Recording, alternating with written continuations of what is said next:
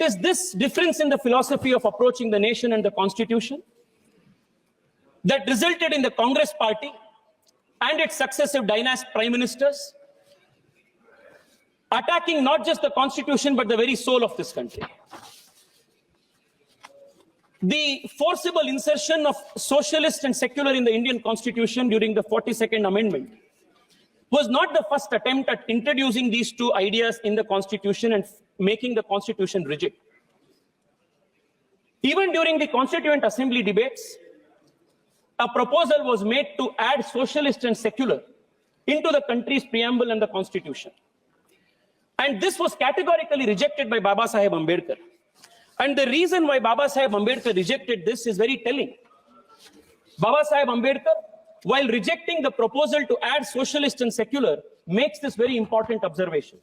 He says the constitution is merely a mechanism for the purpose of regulating the work of the various organs of the state.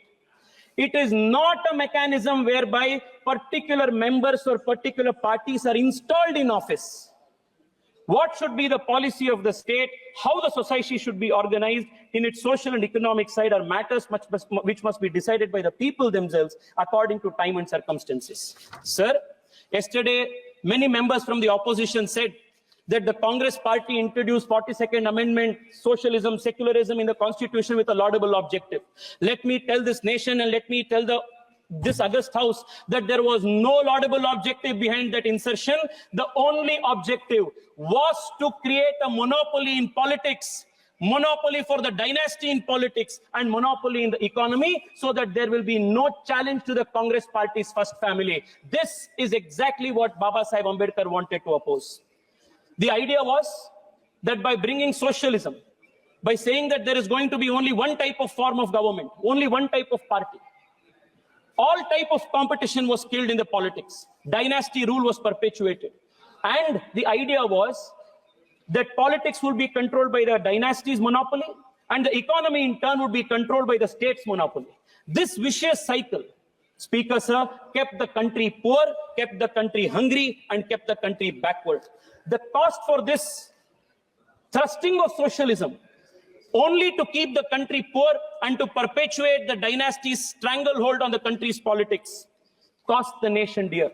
In a paper titled The Price of Socialism, noted economist Swaminathan Iyer says that millions of children, let me read it out, Speaker sir, that 14.5 million children would have survived, 261 million more Indians would have become literate, and 109 million more people would have risen from poverty line had we not approached our economy with this dogmatic approach. This, Speaker sir, has been the contribution of the Congress party. Yesterday, there was a question of Arthik Nyay. I want to tell you what Arthik Nyay the country saw under, economic justice the Congress saw under, the country saw under the Congress party. Until Prime Minister Narendra Modi came, a large swaths of this country, a large population of this country did not have access to toilets. This was the kind of economic justice they had given.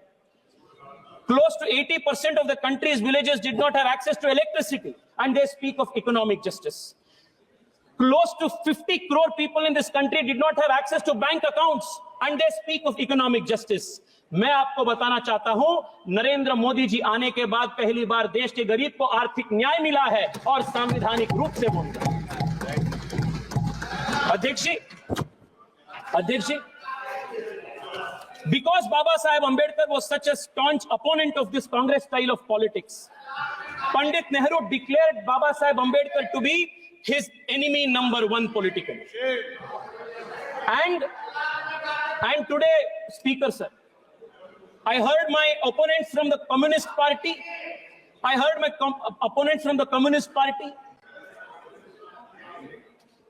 state that the RSS was against the Ambedkar and Ambedkar's constitution.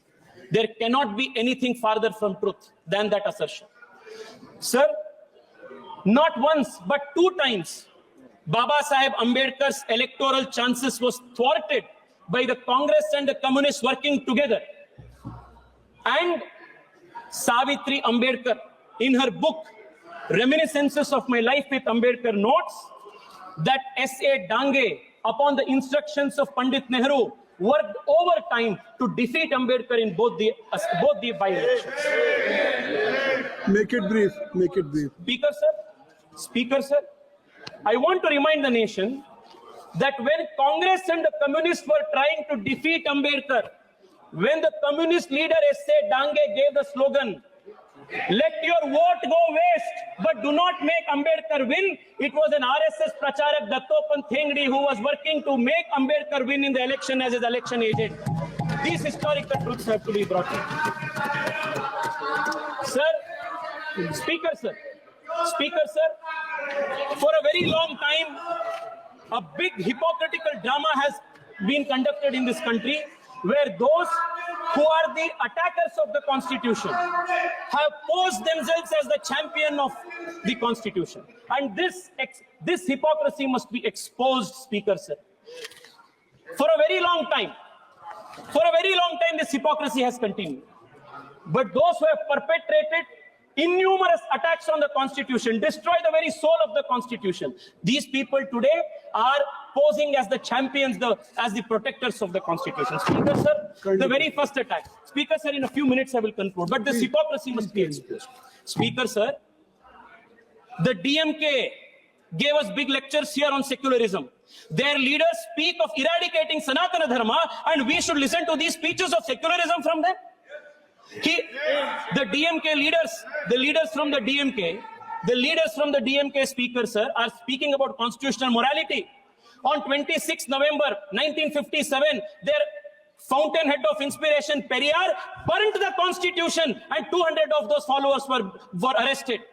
And from these people, we have to learn lessons of constitutional history and morality. Speaker, sir, the very first attack on the Constitution was made by Pandit Nehru when he curtailed the freedom of expression of people. Very first attack. And who was protecting the Constitution? Then it was Shama Prasad Mukherjee. Speaker, sir, imposing emergency, suspending fundamental rights, arresting 1 lakh opposition leaders, forcible sterilization of 1 million people, imposing emergency. Speaker, sir, this is the legacy. This is what is attacking the Constitution. Despite being banned, the RSS and the Jan Sangh fought to restore democracy in this country. This is protecting the Constitution. Speaker, sir, Article 356 is misused more than 90 times. Democratically elected governments were removed at the whim of the leaders. This is attacking the Constitution. Sabka Saath Sabka Vikas, Team India approach, GST Council. This is Narendra Modi's style of protecting the Constitution. Speaker, sir, rejecting the Speaker, sir, just 3 minutes.